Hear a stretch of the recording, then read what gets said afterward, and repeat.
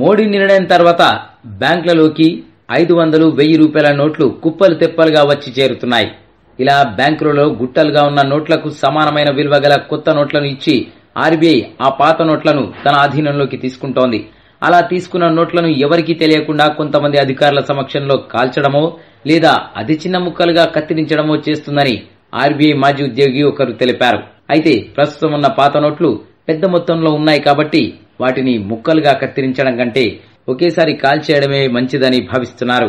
కాల్చడం, కత్తిరించడం కంటే ముందే జరిగే పని.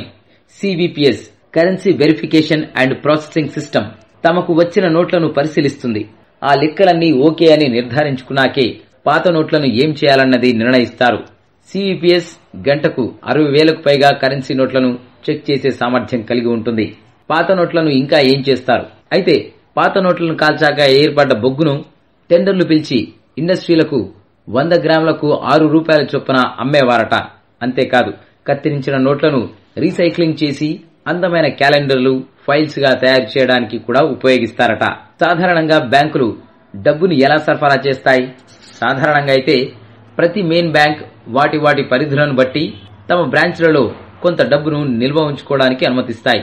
మాక్సిమం 2 కోట్ల రూపాయల వరకు తమ బ్రాంచ్లలో నిల్వ ఉంచుకోవడానికి ఆస్కారం ఉంటుంది.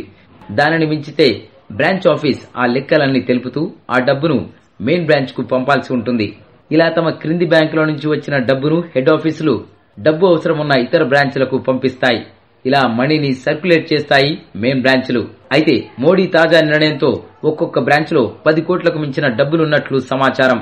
సాధారణంగా 2 కోట్లకు మించితేనే మెయిన్ బ్రాంచ్ కు పంపాల్సి ఉన్నప్పటికీ ఇవి అమలులో లేని నోట్లు కాబట్టి వాటిని బ్రాంచ్లలోనే ఉంచుతున్నారు.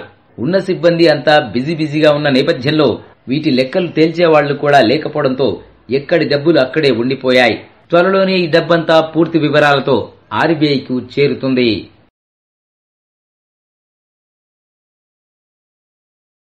ఈ వీడియో మీకు నచ్చితే లైక్ చేయండి, అందరికీ షేర్ చేయండి, కానీ సబ్స్క్రైబ్ చేయడం మాత్రం మర్చిపోకండి.